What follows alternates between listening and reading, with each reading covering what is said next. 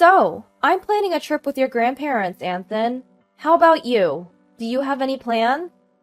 I called my son Anthony after we were invited on a vacation by my in-laws. Well, I have practice. You all should go and have fun. But isn't this trip a bit out of the ordinary? Are you okay, Mom? I'll manage. I'll bring you back a souvenir, so work hard at your practice. Anson, under my influence, has always been into marathon running. He even got into college on a running scholarship. He studies at a university that isn't too far, but he stays in the dormitory to save commuting time and only comes home during long holidays. I knew he couldn't join the trip, but I thought I should at least ask him. His response was exactly what I anticipated. My name is Flora, 46-year-old working woman. My husband Steve is 4 years older than me and was once my boss. He is a competent man, and I respect him. After our marriage and the birth of our son, we built a happy family. Yet, somewhere along the way, our relationship began to break down. The root cause? My husband's parents, especially his mother, who had a problem with me from the moment we got married and has been bullying me ever since. However, in the beginning, Steve would stand up for me, and because we lived far away from his parents, we seldom met them and managed to get by. But when our son, who loves marathoning, wanted to attend a high school near my in-laws, things changed. The reason he got into running was me. I used to run marathons and still do occasionally. It made me happy to see him take an interest in running, just like me. So I convinced Steve to move closer to the high school my son wanted to attend. Steve applied for a transfer at work for our son's sake, and we moved. My son was recommended for his university from this high school, so I think it worked out well. Go get the rental car tomorrow morning and pick up my parents on your way back, Steve said the day before our trip. This left me confused. Huh? Why am I the one renting the car? What are you going to do? I'm tired from work, so I'll sleep until the last minute. Once you pick up my parents, come back and I'll take over from there. It's in the same direction as our destination anyway. I could understand what he was saying, but if anything, I was more exhausted. Despite working similar hours, I was the one taking care of all the housework. When I think about it, we used to split the household chores equally. However, ever since we moved closer to his parents, they've been visiting us frequently. When his mother saw Steve doing housework, she vehemently opposed it. Housework is the wife's job. It's not something the breadwinner should do. Isn't that right, Flora? Overwhelmed by her intensity, I initially nodded in agreement. This continued until Steve eventually stopped doing anything around the house. It was partly Steve's fault, but I believe the main cause was his mother. Moreover, Steve started to echo his mother's sentiment, saying, I am the breadwinner, every now and then. By that time, it was too late for me to correct the situation, and I didn't even feel like trying anymore. Steve changed drastically over the past few years. His work performance seemed to have declined, and he frequently vented his frustrations on me. However, I realized that arguing back was more trouble than it was worth, so I decided to simply accept things as they are. That's the least stressful way for me to live. There were times I considered getting a divorce, but when it came time for our son's college recommendation, I feared it could disadvantage him if we were a single-parent family, so I couldn't go through with the divorce. Instead, I tricked my mind into believing I was taking care of a dog, not a person. And surprisingly, it did relieve some of my stress. So, I began to feel like it wasn't worth expending my energy on getting a divorce. And that's how I've arrived at where I am today. The reason I agreed to join this trip was because it was to a resort that I absolutely love. I knew I could thoroughly enjoy myself, even if I ended up doing things alone. Heck, I was even ready to do things separately from my in-laws and husband. Perhaps I was invited mainly because they needed someone to share the driving. But both my husband and my father-in-law can drive, so it'll work out, one way or another. Anyway, I played along with the notion that our pampered pooch was being demanding again, went to get the rental car as my husband instructed, and headed to my in-laws' place. Laura, you're late! Is that the car for today? You should have rented a bigger one. Well, it's better than your tiny car at least. The car we usually use is the one I bought. Since I drive to work, I assumed I would be the primary user, and I paid for it myself. We don't go out of town often, and I thought a small car would be just fine. Plus, I loved its interior design and color, so I bought it. And yet, my husband would take it without asking, and even let his parents ride in it. What's more, my in-laws complain about the car being small and look down on me, as if I could only afford a small car. I thought they could just use father-in-law's car for the trip. Father-in-law, however, didn't like others driving his car, but also didn't want to drive it himself for the entire trip. So we ended up renting a car. Even so, I wasn't consulted about any of this. I just found out that I would be the one to pick up the rental car and drive it, and that they'd be in the back seat the whole time. It made me want to tell them to drive themselves. In a word, they are tiresome. In the end, my husband, who had said he would take turns driving, slept the entire time. Father-in-law didn't want to drive unless it was his own car, so I ended up driving all the way to our destination. Inside the car, with my husband asleep, father-in-law kept criticizing my driving. He would say things like, "You could have turned left there," even though the oncoming car was obviously approaching. Or, "Why didn't you go, even though you knew the light was turning red?" It was nothing but unnecessary stress. My mother-in-law joined in, saying, "Flora, your driving is as bad as ever." I didn't want to be criticized by mother-in-law, who can't even drive. And at least I'm better than father-in-law, who as far as I know, has crashed his car at least 5 times. Despite being told he should surrender his license before causing a major accident, father-in-law keeps insisting it was just bad luck and that he is a good driver, so everything will be fine. Well, I didn't want to ride in a car driven by father-in-law anyway. I don't mind driving, but I'd appreciate it if they could stop interfering all the time. Upon reaching our destination, my husband finally woke up. Since we had been in the car all day and were tired, we followed my in-laws' wish to spend the day relaxing in the hotel. So we didn't go out. I enjoyed myself by swimming in the pool and exploring the hotel. In its own way, it was a fulfilling time. After having dinner and going to the spa, I returned to find my husband already asleep. I didn't know what my in-laws were doing in the next room, but they were probably asleep too. I had a beer in the room before crawling into bed. I woke up in the fresh morning air. My husband was still asleep, and with some time until breakfast, I decided to take a morning stroll. But when I came back, the unthinkable had happened. Upon entering the room, my husband was nowhere to be found. Shocked, I scanned the room. His luggage was also missing. I stepped out and rang the doorbell to my in-laws' room next door, but there was no answer. When I went to the front desk to inquire, I was told my husband and in-laws had already finished breakfast. Though they had told me breakfast was at 8:30, it seems they actually reserved it an hour earlier, exactly when I had gone for my walk. And on top of that, I was left to check out. Did that mean my mother-in-law's offer to pay for our stay was a lie?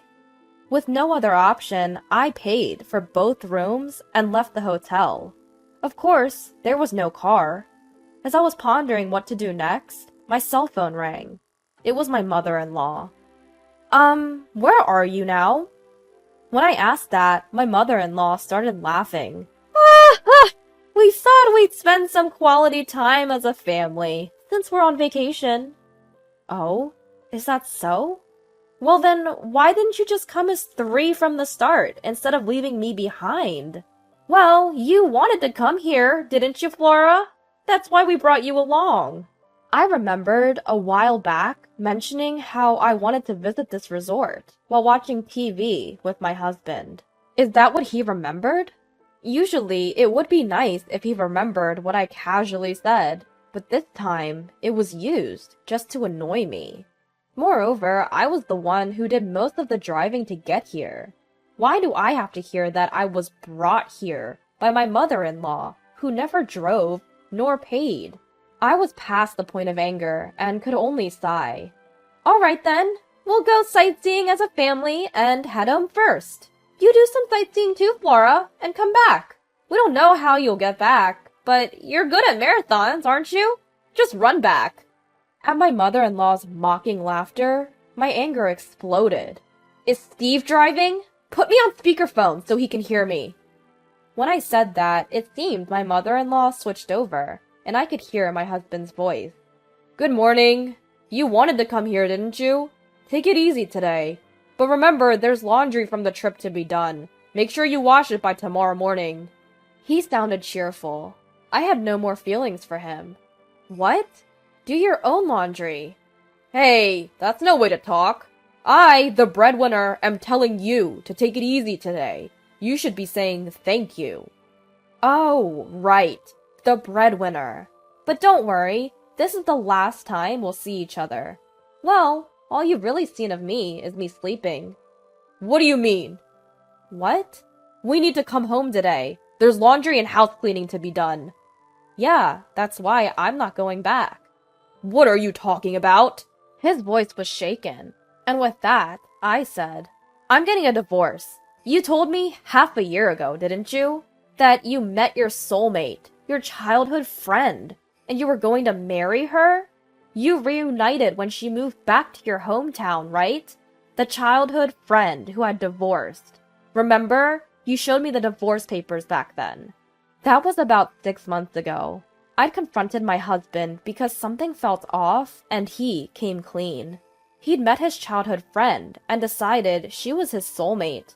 He wanted to divorce me and remarry her. She had a middle school-aged child and was struggling as a single mother, and he wanted to support her.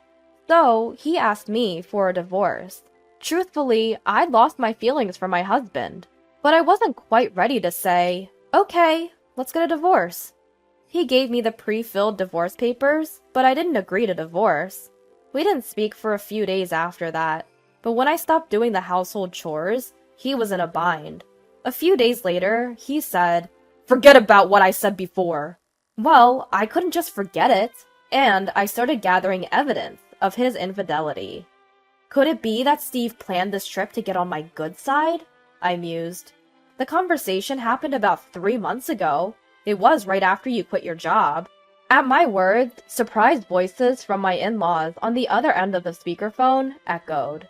This must have been the first time they heard about their son quitting his job. When you said you were quitting your job, I told you it would be hard to get a new job, and I disagreed with your reason, right? I recalled. You said that you were an excellent worker and would find a new job right away, but you only found a part-time job. I wonder when you'll find a proper job. My husband was driving, and while he was staying quiet, I took the opportunity to spill everything. I'd been coping with stress by imagining you as a dog. But then I thought I might as well get an actual dog, I declared. So, I'll submit the divorce papers. Enjoy your family vacation. My in-laws were calling my name in shock, and my husband was trying to say something, but I cut the call without paying any attention. I decided to enjoy sightseeing before heading home. When I explained the situation over the phone to my son, "See, I told you," he said. "Well, if you're divorcing, then it's fine." Anthony, his reaction was lighter than I expected. Given he knew the situation, his reaction was as expected. Even though I returned from the trip, I didn't go home. In fact, I had been keeping my and Anthony's belongings in a self-storage, ready for any situation. I had the bare necessities with me, so I dragged my suitcase to a real estate agency. The sales representative, who had a professional relationship with me, was there to greet me. She was a woman of my generation, easy to talk to, and we'd hit it off and had drinks together a few times. Over drinks, I'd complained about my husband and in-laws and asked her to always keep an eye on available properties, just in case. That day, I signed a contract. With my own place secured, I felt relieved and decided to submit the divorce papers at the city hall. The divorce was granted without any issue. Finally, I decided to return the countless calls my husband had made. "Hello? I started. "The divorce papers have been accepted. We are now officially strangers." At that, my husband's panicked voice echoed in the phone. "Are you serious about the divorce? I broke up with her. Now there's only you. You didn't like me looking at other women, right? Now I'm only looking at you. So come back, without worries." But all I felt for his words was revulsion. Huh? What are you talking about? I never intended to please you in the first place. And you didn't break up with her, did you? You were dumped because you couldn't find a job and you had no money, right? It turned out that my husband's mistress was the friend of the sales rep who had introduced us to our new place. Talk about a small world. She had been listening to complaints about my husband from the mistress, who claimed to be his current girlfriend. And apparently, after he quit his job and started working part-time, she saw no point in being with him and broke up. But a fling is a fling. I'm definitely going to demand compensation. That's right. Even if they've broken up now, the fact remains that he cheated, and there's evidence. Compensation? I told you we broke up! Now there's only you! I can only sigh at this point. So you're saying that now that you're single, you're thinking of having another affair? I don't care what you do, but I'm done being exploited. You didn't even notice that your stuff at home was missing, because you didn't care, did you? I'm not going back, so throw away what you don't need. With that, I hung up the phone. Even after that, my ex-husband kept calling me, and even my former in-laws reached out. But of course, I'm never going back to that house. My ex-husband still hasn't found a job, can't pay the rent, and has moved back in with his parents. My ex-father-in-law is still driving dangerously and recently crashed into a neighbor's fence with my ex-mother-in-law in the car. Fortunately, no one else was injured, but they didn't have property insurance and had to borrow money to cover the repair costs. All of this was written in emails that my ex-husband kept sending me on his own. I find his misfortunes slightly amusing. I don't reply, but I haven't blocked his emails either, just quietly enjoying the show.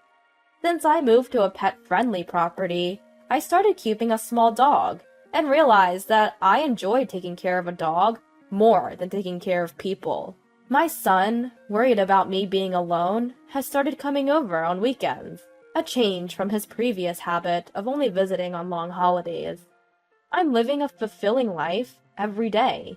Maybe this weekend, I'll go back to that resort town for the first time in a while.